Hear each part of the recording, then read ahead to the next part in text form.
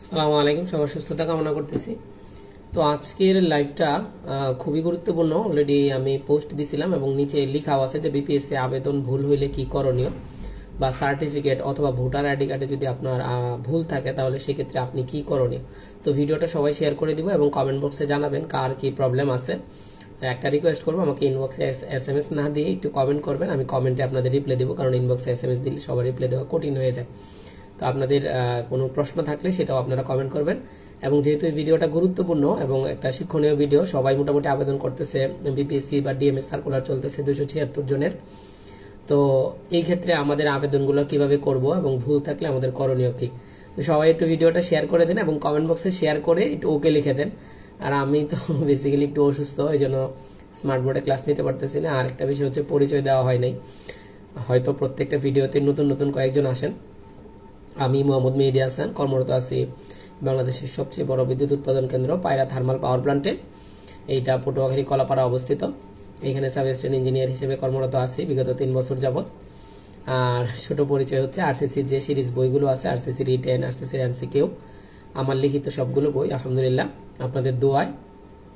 তো এই হলো ছোট্ট পরিচয় আর কি। তো সবাই ভিডিওটা শেয়ার করে দিব যাতে আপনার সহপাঠী বা ছোট ভাই সবাই যেন ভিডিওটা দেখে উপকৃত হইতে পারে। কেমন, এটা সবাই শেয়ার করে দেন। আর আপনারা একটু কমেন্ট করেন, কমেন্ট না করলে তো আসলে মনে হয় যে আমি একাই কথা বলতেছি, আপনাদের কোনো কথা নাই। অলরেডি 44 জন আসছেন। তো আপনারা যদি একটু ভিডিওটা শেয়ার করে দেন তাহলে মনে হয় যে সবার জন্য উপকার হবে। আপনারা একটু কমেন্ট করেন। ভাই আমার নিট আছে কিন্তু আমার মা নিট ভুল শুধু বেগম। আচ্ছা ঠিক আছে, আপনার প্রশ্নের অ্যান্সার দিব। ডিএমএ আবেদনের শেষ তারিখ কবে, বা আরো কারো কোনো যদি প্রশ্ন থাকে। আচ্ছা, মূল আলোচনায় চলে যাচ্ছে। আমি প্রথমেই একটা পয়েন্ট ক্যাপচার করি, সেটা হচ্ছে আপনাদের চাকরি পরীক্ষা আবেদন করতে কি কি তথ্য লাগে। যারা অষ্টম পর্ব ভাইয়া শেষ করছে বা নতুন আবেদন করবেন তাদের জন্য আগে হলো এটা কথা। প্রথমে একটা কথা বলবো, আপনি যদি আবেদন নিজে না করতে পারেন তাহলে আবেদন নিজে কইরেন না। একটা কম্পিউটারের দোকানে যেখানে আবেদন করে সেখানে 40 টাকা দিলে করে দিবে, ওনাদেরকে দিয়ে আবেদনটা করাবেন। এটা হলো প্রথম কথা আমার। কারণ আপনি 40 টাকা বাঁচাইতে চাই আবেদনে ভুল করেন, পরে এই ভুলের সংশোধনের জন্য আপনি বহু জায়গায় দৌড়াদৌড়ি করেন কিন্তু সংশোধন হয় না। অবশেষে দেখা যায় আপনি পরীক্ষায় টিকছেন, ভাইবা থেকে আপনাকে ভুলের জন্য বাদ দিয়ে দিছে।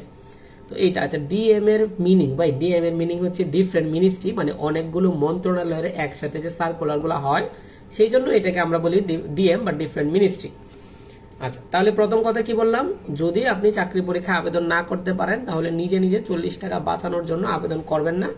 হয়তো কম্পিউটারের দোকানে যেয়ে করবেন, অথবা আপনার যে বন্ধু আবেদন ভালোভাবে করতে পারে অভিজ্ঞ তাকে দিয়ে আবেদন করাবেন। এটা হলো প্রথম পয়েন্ট। এখন আসি 2 নাম্বার পয়েন্ট, যে আবেদন করতে আমাদের চাকরি পরীক্ষায় কি কি তথ্য লাগে। তো 2 নাম্বার পয়েন্ট হচ্ছে, চাকরির পরীক্ষায় আবেদন করতে কখনোই কোনো সার্টিফিকেট বা নিট কার্ড হার্ড কপি যেটাকে আমরা বলি এইরকম কোনো তথ্য আমাদের লাগে না। শুধুমাত্র আপনার রেজাল্ট, যেমন অষ্টম পর্বের রেজাল্ট দিছে তারা এখনই আবেদন করতে পারবে চাকরি পরীক্ষার জন্য।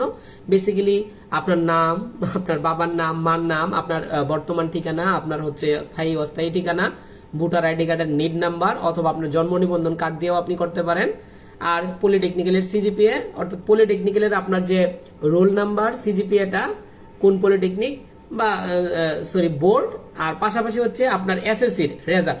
মানে মোট কথা হচ্ছে আপনার ডিপ্লোমার রেজাল্ট, এসএসসির রেজাল্ট, ভোটার আইডি কার্ডের নাম্বার, এই 3টা তথ্য থাকলে আপনি আবেদন করতে পারেন। আর বাবা মার নাম আর ঠিকানা তো এটা সবারই জানা ছোটবেলা থেকে। তো এই হইল কথা। এখন আসি অষ্টম পর্ব যারা ভাইয়া শেষ করছো, আমি আবারও বলতেছি নিজে আবেদন না করতে পারলে করবা না। আচ্ছা, আর রানিং সার্কুলার, ভাই রানিং সার্কুলার হচ্ছে পানি উন্নয়ন বোর্ডে এখন সার্কুলার চলতেছে 102 জনের। এইখানে আপনারা যাদের সিজিপিএ 2.25 এর উপরে তারা আবেদন করতে পারবেন। অনুরূপ ভাবে যাদের আমাদের ডিএম এর যে সার্কুলার চলতেছে তারাও এখানে, তো এবার সিজিপি এর ক্ষেত্রে মোটামুটি সবাই আবেদন করতে পারে, কারণ সিজিপি এটা খুবই কমায় দিছে। ডিএম মানে ডিফারেন্ট মিনিস্ট্রি, 276 জনের সার্কুলার চলতেছে বিপিএসসির অধীনে। এখানে আপনারা চাইলে আবেদন করতে পারবেন। আর আমার ফেসবুক আইডিটা ফলো দিয়ে রাখবেন। আমার ফেসবুক আইডিতে অসংখ্য ভিডিও দেওয়া আছে পানি উন্নয়ন বোর্ডের পড়াশোনা কিভাবে করবেন, পিএসসির পড়াশোনা। এখন আসি ভুল সংশোধন। তাহলে 2টা পয়েন্ট বললাম, আবেদন নিজে করা না করাই বেটার যদি না বুঝেন। 2 নাম্বার কথা বললাম কি, আবেদনের তথ্য। এখন কথা হলো ভুল। আপনারা সাধারণত তিনটা তথ্য, যেহেতু এখানে আমাদের ভুলের সাধারণত তিনটা জায়গায় আপনাদের ভুলের প্রবলেমটা হয়।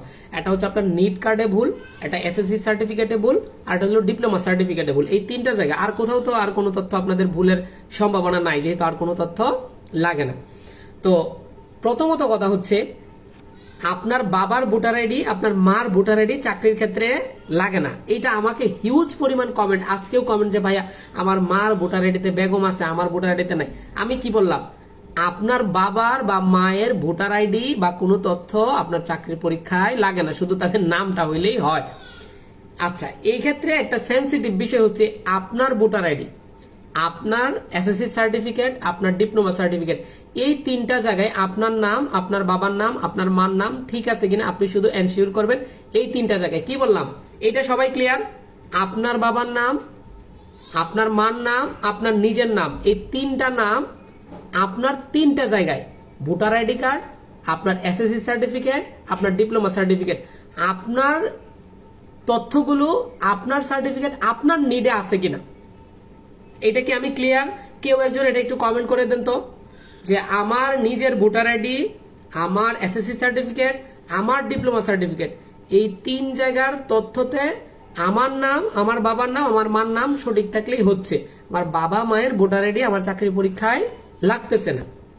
এটা ক্লিয়ার সবাই?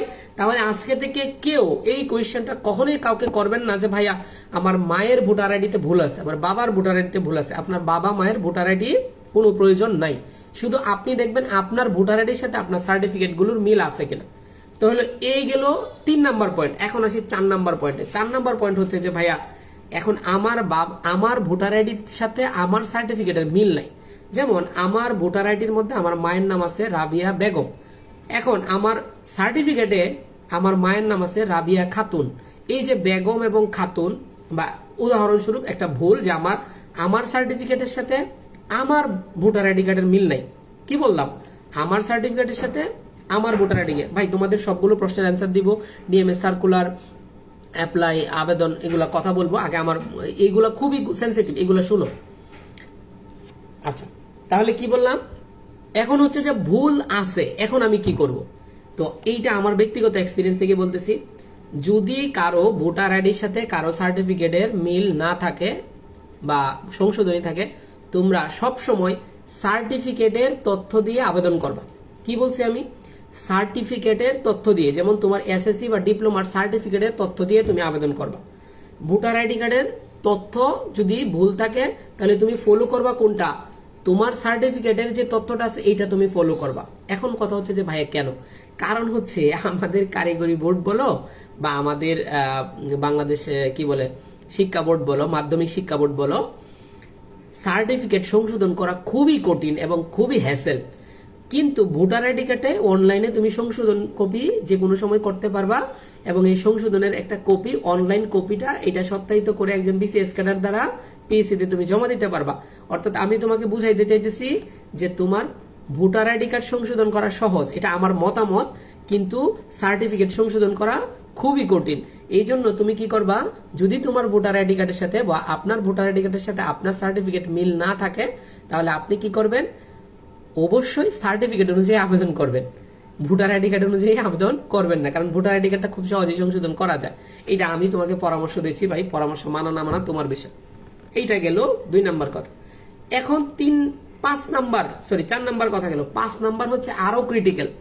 ভাইয়া আমার এসএসসি সার্টিফিকেটের সাথে ডিপ্লোমা সার্টিফিকেট মিল নাই, এখন আমি কি করব? তাহলে তোমাদের জন্য করণীয় হচ্ছে ভাইয়া, তুমি অবশ্যই এসএসসি সার্টিফিকেটটা ফলো করবা, এসএসসি সার্টিফিকেট অনুযায়ী করবা। এইটা কেন, এসএসসি সার্টিফিকেটের চেয়ে ডিপ্লোমা সার্টিফিকেট সংশোধন করা সহজ। কারিগরি বোর্ড আমাদের যেহেতু একটা, এখানে সাধারণত একটু ভিড় কম থাকে, কিন্তু মাধ্যমিক শিক্ষা বোর্ডে তুমি গেলে দেখবা এত পরিমাণ ভিড়, একটা আবেদনের সংশোধন কপি তোমার উঠাইতে এবং এই রুমতে ওই রুম দৌড়াদৌড়ি করতে তোমার খুবই হ্যাসেল।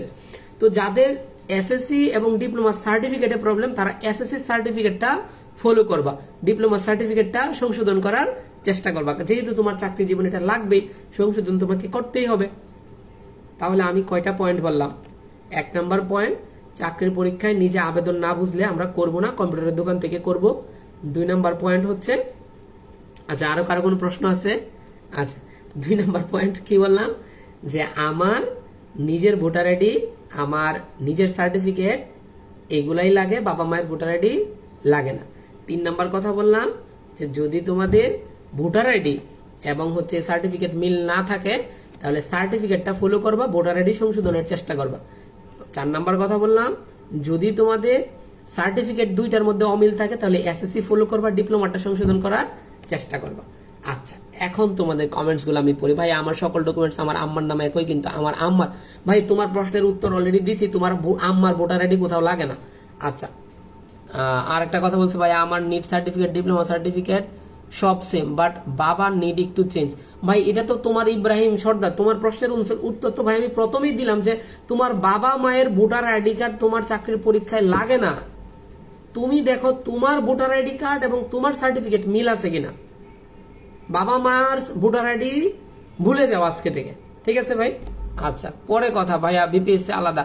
আচ্ছা ভাই, আচ্ছা আবেদনের প্রপার ভিডিও, ঠিক আছে এটা দিব, আমি চেষ্টা করব দেওয়ার জন্য। ভাই আমি আজকে বাইক অ্যাক্সিডেন্ট করছি, স্মার্ট বোর্ডে দাঁড়ায় ক্লাস নিব, এই অ্যাবিলিটি আমার না, আমি বসে বসে ক্লাস নিচ্ছি, তোমাদের সাথে কথা বলতেছি। আচ্ছা, বিপিএসসি তে আলাদা আলাদা আবেদন করতে হবে, প্রত্যেকটার জন্য 200 টাকা করে আলাদা আলাদা পেড করতে হবে। যারা প্রতিবন্ধী কোটায় আছে তাদের জন্য 50 টাকা, আর যারা সুস্থ মানুষ আছে তাদের জন্য প্রতিটা আলাদা আলাদা আবেদন করবা, আলাদা আলাদা 200 টাকা করে পেড করবা।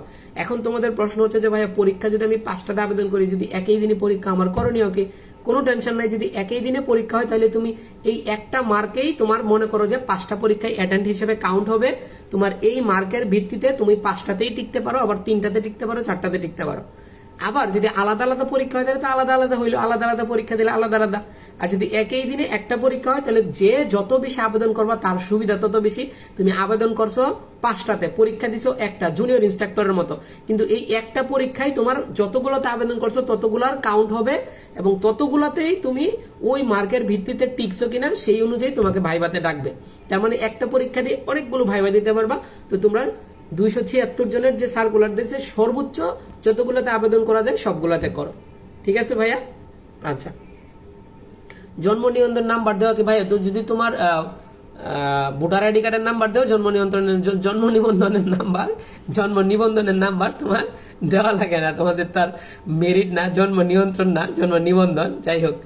আচ্ছা, আমার সার্টিফিকেটে এমডি কিন্তু জাতীয় পরিচয়পত্রে, ভাই তোমার প্রশ্নের অ্যান্সারও দিছি, তুমি সার্টিফিকেট নিজেরটা ফলো করবা আর তোমার ভোটার আইডি সংশোধনের চেষ্টা করবা। মাহবুর রহমান, তাইবুর রহমান, কোনো সমস্যা হবে? ভাই আমার নিট আছে কিন্তু আমার মার নিট ভুল শুধু। ভাই তোমার প্রশ্নের অ্যান্সার দিছি তো, তোমার মায়ের ভোটার আইডি তোমার আবেদনে লাগতেছে না, তারা কি সার্কুলার দিয়ে অ্যাপ্লাই করতে পারবো? হ্যাঁ ভাইয়া, তোমরা তো সার্কুলার দিয়ে আবেদন করতে পারবা, তোমাদের রেজাল্ট দিয়ে তোমরা আবেদন করতে পারবা। আচ্ছা, আর কারো কোনো কমেন্ট আছে ভাইয়া? দেখো আর কারো কোনো কমেন্ট থাকলে। ভাই আমি সার্টিফিকেট সংশোধন করতে দিয়েছি, এখন যেটা আছে ওটা দিয়ে অ্যাপ্লাই করেছি, পরে পরীক্ষা আগে সংশোধন সার্টিফিকেট চলে আসলে পরে সমস্যা হবে না? কোনো সমস্যা নাই। আচ্ছা, সর্বশেষ কথা, এখন শুনো, সর্বশেষ কথা এইটা বললাম তোমার সার্টিফিকেট। এখন হচ্ছে যে তুমি আবেদনে ভুল করছো, পরীক্ষা দিছো, প্রিলি দিছো, রিটেন দিছো, ভাইভাতে তুমি ডাক পাইছো, কথা বুঝো। যখন তুমি ভাইভাতে ডাক পাইবা তখন তোমার এই সার্টিফিকেট গুলো সত্যায়িত করে পিএসসি তে একটা কপি তোমাকে কি করতে হয়, জমা দিতে হয়, আর একটা কপি পরীক্ষার দিন ভাইবার দিন তোমাকে নিয়ে যেতে হয়। তখন তুমি কি করবা? তুমি তো আবেদনপত্রে ভুল করছিলা, তখন তোমাকে যে কাজটা করতে হবে এটা সর্বশেষ চিকিৎসা। তুমি ভুল করছো, আবেদনপত্রে ভুল করছো, তোমার সার্টিফিকেটের সাথে আবেদনপত্রের মিল নাই। মনে করো যে তোমার সার্টিফিকেট, তোমার ভোটার আইডি কার্ড, তোমার নিট কার্ড সব তোমার ঠিক আছে, কিন্তু তুমি আবেদনপত্রে ভুল করছো, মানে আবেদনের মধ্যে তোমার নামের বানান ভুল করছো অথবা আব্বুর নামের বানান ভুল করছো। তখন তোমার যে কাজটা করতে হবে, যখন তুমি ভাইভাতে ডাক পাইবা, কি বললাম, যখন তুমি ভাইভাতে ডাক পাবা তখন পিএসসির একাডেমিক শাখা আছে, ওখানে একটা সংশোধনের শাখায় আছে, ওখানে যে কোনো একটা কর্মকর্তাকে জিজ্ঞেস করলে হবে যে আমি একাডেমিক শাখায় যাব, আমার এখানে ভুল হয়েছে আবেদন। ওই শাখাতে যে তুমি কথা বলবা যে আমার আবেদনপত্র ভুল হয়েছে, তখন ওনারা তোমাকে একটা ফরম্যাট দিবে যে এইভাবে তুমি একটা আবেদন করেন, আপনি একটা মানে দরখাস্ত যেটা আবেদন লিখেন, এই আবেদনটা জমা দিবা। তখন এইটার পিছনে ধরো তোমার ভোটার আইডি কার্ডে ভুল ছিল, ভোটার আইডি কার্ডের একটা কপি থাকবে এবং তোমার আবেদনের একটা কপি থাকবে, এবং ওইখানে যে এটা ভুল ছিল এটা সঠিক, ঠিক আছে, একটা ভুল একটা সঠিক, দুইটা এই সবগুলো বিষয় একজন বিসিএস ক্যাডারকে দিয়ে সত্যায়িত করে ওই শাখায় তোমাকে জমা দিতে হবে। এইটা পয়েন্ট টু বি নোটেড। কেউ যদি এই কাজটা না করো, তোমার আবেদনপত্রে ভুল হয়েছে, ভাইভাতে তুমি অ্যাটেন্ড করতে চাইতেছো, তখন তুমি ভাইভা বোর্ডে অ্যাটেন্ড করছো কিন্তু আবেদনের সংশোধন কপি জমা দাও নাই, তুমি ভাইভা দেওয়ার পরে তোমার চাকরি হবে, কিন্তু চাকরি হওয়ার পরে নিচে সুন্দর মতো লিখে দিবে তোমার আবেদনপত্রে ভুল থাকার কারণে তোমাকে নেওয়া হলো না, তোমাকে চাকরি থেকে বাদ দিয়ে দিবে। মানে তোমার চাকরি হবে, চাকরি হওয়ার পরে তোমাকে বাদ দিয়ে দিবে, তোমাকে নিবে না। এবং এরপরে এটা সংশোধনের কোনো রাস্তা নাই। তুমি এইটা চাচা মামা খালু মানে যে কাউকে দিয়ে সুপারিশ করাও না কেন, কখনোই তোমাকে আর চাকরিতে নিবে না। এটার সাক্ষী বাস্তব আমি যখন ডিএমএ ভাইবা দিই গত সার্কুলারে, তখন একটা, আমি এখন ওর নামটাও মনে আছে, ওর নাম হচ্ছে জিয়া, একটা ছেলে জিয়া। তো এটা 2 বার বাদ দেয় পিএসসি, 2 বার বাদ দেয়। একটা হচ্ছে আমার এখনো মনে আছে যে একটা ছেলে আবেদনের সংশোধন, তার আবেদনপত্রে ভুল হয়েছে, সংশোধন কপি সে দেয় নাই। তখন ভাইভাতে যারা টিকছো, প্রথম হচ্ছে রিটার্নের একদিন রেজাল্ট দেয়, আরেকটা রেজাল্ট দিবে যে ভাইবার কাগজপত্র জমা দেওয়ার জন্য। কথা বুঝো, ভাইবার কাগজপত্র জমা দেওয়ার পরে তোমার কিন্তু ভাইবার জন্য একটা ডেট দিবে। তো ভাইবার ডেট দেওয়ার সময় যারা আবেদনের সংশোধন পত্র জমা দিবে না বা যাদের আবেদনপত্র ভুল আছে, তাদেরকে প্রথমেই ভাইবা থেকে বাদ দিয়ে দেয়। কথা বুঝতে পারছো? ভাইবা থেকে বাদ দিয়ে দেয়। এবং কোনো কারণে যদি দেখতেছে যে ভাইবা দেওয়ার পরেও একটা ছেলের তার আবেদনপত্রতে ভুল আছে, যেটা পিএসসি আগে বাদ দেয় নাই, অথবা সে ভাইবা বোর্ডে যখন সে কাগজপত্র জমা দিছে ওই জায়গায় কোনো ভুল করছে, তখন ভাইভাতে চাকরি হওয়ার পরেও বাদ দিয়ে দেয়। তো খুবই সেন্সিটিভ ভাই। আমি আজকে যে তোমাদেরকে স্টেপগুলো বললাম আবারও মনে করাই দিচ্ছি, আবেদন নিজে না পারলে করবা না। 2 নম্বর কথা, তোমার ভোটার আইডি, তোমার সার্টিফিকেট মিল থাকলে সেই অনুযায়ী আবেদন করবা। তোমার নিড এবং সার্টিফিকেটে অমিল থাকলে তোমার সার্টিফিকেট ফলো করবা। তোমার এসএসসি এবং ডিপ্লোমা সার্টিফিকেট দুইটার মধ্যে অমিল থাকলে এসএসসি সার্টিফিকেট ফলো করবা এবং তোমার ডিপ্লোমাটা সংশোধনের চেষ্টা করবা।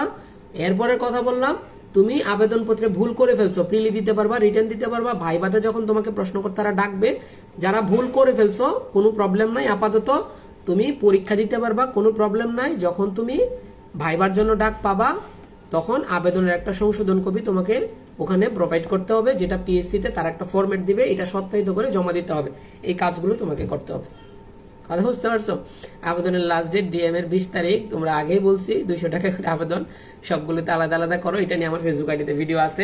আর একটা কথা হচ্ছে যে ভাই তোমরা খুবই কৃপণ, তোমরা মেহেদী ভাইয়ের বই পড়তে ভালো লাগে, ভাইয়ের ভিডিও দেখতে ভালো লাগে, পরামর্শ ফ্রি নিতে ভালো লাগে, ভিডিও শেষ করে দেখবো মিনিমাম 50 জনে এসএমএস দিতে, ভাই আমার এটা সমস্যা ওইটা সমস্যা। কারো এসএমএস এর রিপ্লাই না দিলে মন খারাপ যে ভাই আপনি ইগো দেখান। কিন্তু তোমার ভাই 9টা থেকে 5টা পর্যন্ত, এখন 9টা থেকে 4টা পর্যন্ত অফিস করে আইসা রোজা রেখে ইফতার করে, এরপরে নামাজ পড়ে, এরপরে একটু তোমাদের সাথে কথা বলি, খুবই ব্যস্ততা। আর তোমরা যারা ভাইয়া ক্লাস করবা, আমি একটা বিষয় বুঝতে পারি না, সেটা হচ্ছে যে তুমি জানো তোমার দুর্বলতা আছে, তুমি বই কিনতেছো, তুমি আবেদন করার জন্য পাগল, তুমি বই কেনার জন্য পাগল, তুমি কারো কাছে পড়তে চাও না। আমি তোমাকে বলতে চাই, তুমি পরীক্ষার হলে লিখবা কি? আমাকে একটু বলো তো, তুমি কি লিখবা? তোমার প্রস্তুতি কি বলো? যে তোমরা যে ডিএমএ যারা আবেদন করতেছো, বা পানি উন্নয়ন বোর্ডের কথাই বলি, সেম কন্ডিশন, পানি উন্নয়ন বোর্ডে আবেদন করতেছো, আবেদন করার কত চিন্তা, ভাই এইটা ভুল ওইটা ভুল। আচ্ছা পরীক্ষার হলে কি লিখবা তোমরা? প্রস্তুতি কেমন তোমাদের ভাইয়া বলো তো? তোমাদের সাথে 4টা-5টা ভাইবা দিয়ে যারা চাকরি হচ্ছে না, বাদ পড়তেছে, তারা তোমার সাথে পরীক্ষা দিবে। ডুয়েটের গ্রাজুয়েশন করা ভাইরা পরীক্ষা দিবে, ডুয়েটের রানিংরা পরীক্ষা দিবে, 2বার ডুয়েট এডমিশন দিছে তারা পরীক্ষা দিবে। এখন তুমি কি মনে করতেছো তোমার এই লামসাম পড়া দিয়ে তোমার জব হয়ে যাবে?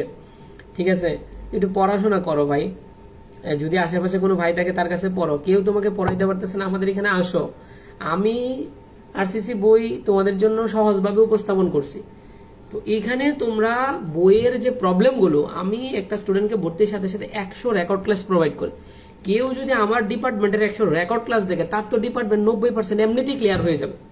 তো তোমাদের জন্য এত ব্যবস্থা, তোমাদের জন্য লাইভ ক্লাসের ব্যবস্থা, তোমাদের জন্য রেকর্ড ক্লাসের ব্যবস্থা, তোমাদের জন্য এক্সামের ব্যবস্থা, তোমাদের বই আমি সুন্দরবন কুরিয়ার সার্ভিসে পাঠাই, তোমাদের কাছ থেকে কুরিয়ার বিল নেই না। তো তোমরা পড়াশোনা না করে শুধু আসো পরামর্শ নেওয়ার জন্য। হ্যাঁ, তোমরা ভাই পড়াশোনা করো। আর এক্সাম সেন্টার, ভাই এক্সাম সেন্টার তুমি যদি কলিকাতা দাও তাইলেও ঢাকা পরীক্ষা দিতে হবে। যদি তুমি এক্সাম সেন্টার ওই নোয়াখালী বিভাগে দাও, নোয়াখালী তো বিভাগ নাকি, নোয়াখালী বিভাগে দাও তাও পরীক্ষা ঢাকা হবে। এখন কই দিবা চিন্তা করো। পানি উন্নয়নের তারা কি আবার পানি উন্নয়ন বোর্ডে যারা আবেদন করছে তাদের আর আবেদন করতে হবে না। ঠিক আছে ভাই, তোমাদের অনেকগুলো প্রশ্ন ছিল, চেষ্টা করছি অ্যান্সার দেওয়ার জন্য, তোমরা খুবই দ্বিধাদ্বন্দ্বের মধ্যে ভুগতেছিলাম। তো আমার জন্য দোয়া করো ভাই, আমার ফেসবুক আইডিতে ফলো দিয়ে রাখো। আমারও ফলো দিতে কৃপণতা লাগে? কৃপণতা কেন করো ভাই? আমি ফেসবুক থেকে কোনো টাকা ইনকাম বা আদার্স এই ধরনের কোনো ইন্টেন্সিটি বা মাইন্ড আমার নাই, কারণ আমি হারামের কোনো রাস্তা অবলম্বন করতে রাজি না। শুধুমাত্র আমি চাই আমার ভিডিওগুলো সবাই দেখুক, উপকৃত হোক।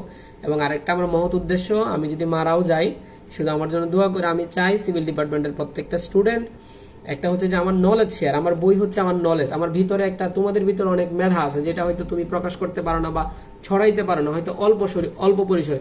কিন্তু আমি যদি আজকে বই না লিখতাম তাহলে আমি আমার মেধার বই প্রকাশ করতে পারতাম না, যে আমার ভিতরে কি আছে প্রকাশ করতে পারতাম না। আজকে তোমরা আমার বই পড়তেছো, আমার নোট পড়তেছো, আমি যতটুকু পারতেছি। একটা সময় আমি মারা যাবো কিন্তু আমার বইগুলো থাকবে বা আমার ক্লাসগুলো থাকবে। তো আমি চাই সিভিল ডিপার্টমেন্টের মেজর একটা স্টুডেন্ট আমার বই পড়ুক। সেক্ষেত্রে আমার প্রফিটেবল কতটুকু হচ্ছে না হচ্ছে সেটা আমি জানি এবং আল্লাহ জানে। শুধু তোমরা আমার বইগুলো রেফার করো, আমার জন্য দোয়া করো, ঠিক আছে ভাই? আর যারা ক্লাস করবো আমার সাথে কথা বললো, তোমাদের জন্য সব রকম ব্যবস্থা আছে, বাসায় বসে প্রস্তুতি নিতে পারবা। নন ডিপার্টমেন্টেরও আমাদের লাইভ ক্লাস হয় এবং রেকর্ড ক্লাসের ব্যবস্থা আছে, শুধু তোমরা পড়াশোনা করো আর আমার জন্য দোয়া করো ভাই। অসুস্থ আর পানি উন্নয়ন বোর্ডের বেসটা আগামীকালকে থেকে শুরু হবে, তোমরা ভর্তি হয়ে যাও। আর ডিএম এর বেস তো আমাদের রানিং আছে, চাইলে ওখানেও ইনক্লুড হইতে পারো, ডিএম এর বেচে ভর্তি হইতে পারো এবং হচ্ছে পানি উন্নয়ন বোর্ডের বেচেও ইনক্লুড হইতে পারো। সব রকম ব্যবস্থা আছে, কালকে থেকে আমাদের বেসটা শুরু হবে, কেমন? তো আমার জন্য দোয়া করো। আর একটা কথা তোমাদেরকে বলি, এই কথাগুলো আমি বলি না, বললে দেখা যাবে যে অনেকে আমার বিরুদ্ধে লেখালেখি করবে। একদম না বললেও তো হয় না।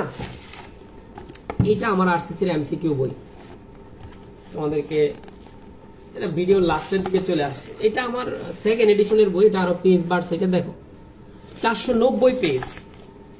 আরসিসির এমসিকিউ বই 490 পেজ। এই বইটার ভিতরে এটা আমি এখানে ভিডিও রেকর্ড থাকতেছে, আমি চ্যালেঞ্জ করব বাজারের কোনো বইয়ে এই বইয়ের চেয়ে বেশি তথ্য নাই। 20,000-এর উপরে এমসিকিউ তথ্য আছে। আমি 20,000-এর উপরে এমসিকিউ তথ্য দিয়ে তারপরেও গ্যারেন্টি দিতে পারি না যে 100% কমন পড়বে। কি বলি, 90% প্লাস কমন পাইবা, তোমার কপাল ভালো থাকলে 100%ও পাইতে পারো। কিন্তু তোমরা ভাইয়া যে শর্টকাট রাস্তা, কারো একটা পিডিএফ 100 টাকা দিয়ে দেখি পিডিএফ কিনা পড়াশোনা করে চাকরি হয়ে যাবে, এত সহজ মনে করতেছো তোমরা? আমার রিটেন বই 615 পেজ, এটাতে আরো পেজ অ্যাড হবে। ঈদের আগে 2025-এ নতুন এডিশন আসবে, প্রায় 630 বা 35 পেজ হয়ে যাবে, যেখানে একজন ডিপ্লোমা ইঞ্জিনিয়ারের যত ক্যাটাগরির অঙ্ক বা ম্যাথ দরকার সবকিছু ইনক্লুড আছে। এবং আমার রিটেন বই পরীক্ষিত, বিগত 2 বছর যত পরীক্ষা হয়েছে সিভিল ডিপার্টমেন্টের, এমন কোনো পরীক্ষা ছিল না যেখানে 90% কমন ছিল না। তো তোমরা এই বই থাকা সত্ত্বেও তুমি দৌড়াও 50 পেজের বা 20 পেজের পিডিএফ, বা তোমরা শিট কিনো 50 পেজের শিট কিনো 100 টাকা দিয়ে। আর আমি তোমাদেরকে 650 পেজের বই বিক্রি করি 480 টাকা দিয়ে। আমি এই বই 420 টাকা, আমি চাইলে এটা তোমাদের জন্য 350 টাকায় সেল করতে পারতাম যদি এই বইটা আমি নিউজ প্রিন্ট দিয়ে করতাম। কিন্তু আমি পেজের কোয়ালিটির জন্য করি না, কারণ লং লাস্টিং একটা বই ছেলেরা পড়বে। তো একটা পেজ 1 টাকা করে যদি কি বলে ফটোকপি এবং লেখা সহ 1 টাকা করেও ধরি, তাও এই বইয়ের দাম হওয়া দরকার 515 টাকা। সেক্ষেত্রে আমি আরো 100 টাকা কম 420 টাকা। তো এইটা কথা না, আমি শুধু তোমাদেরকে একটা কথা বলবো ভাই, তোমরা চটি পিডিএফ বা শিট এগুলোর পিছনে দৌড়ায় না। তোমাদেরকে ভাই হিসেবে রিকোয়েস্ট, আমার বই পড়ো না পড়ো একান্ত তোমার ব্যক্তিগত বিষয়, তুমি একটা ভালো মানসম্মত বই পড়ো। বাজারে অনেক বই আছে, আমি বলবো না আমার বই একদমই পড়ো, না পড়লে হচ্ছে না চাকরি, এরকম কখনোই না। তবে তুমি একটা মানসম্মত বই পড়ো, তো তোমাদের জন্য ভালো ভাই। পিডিএফ বা শিটের পিছনে দৌড়ায় না, এটা ভাই হিসেবে। পরীক্ষার হলে আমার কথাগুলো।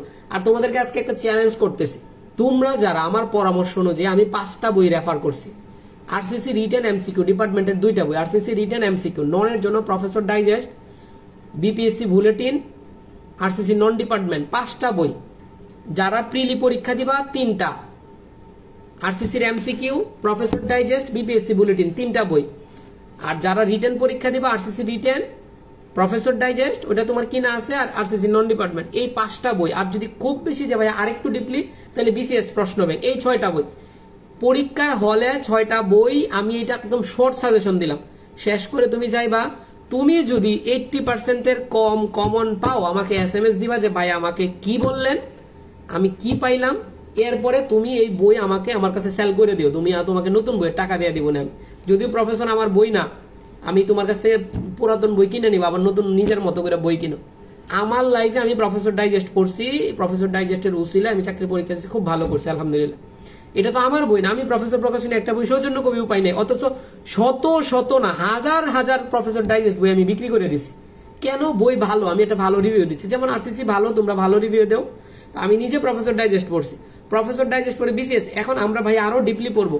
তোমরা ভাই যারা সিনিয়র আছো বা আপনারা যারা সিনিয়র আছেন তারা ডাইজেস্টের পাশাপাশি MP3 বা সিরিজ বই পড়েন, এটা আপনাদের ব্যক্তিগত বিষয়।